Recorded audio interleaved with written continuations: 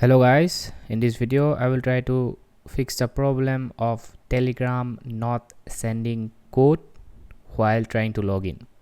So as you can see, I'm trying to log in Telegram, but unfortunately Telegram doesn't send me the code which is required to log in to your account. So what we are supposed to do now? Am I just supposed to leave Telegram? No. So as you can see down here it says Telegram will call you, so you wait for this. All right, you see, we wait for this and this button will pop up.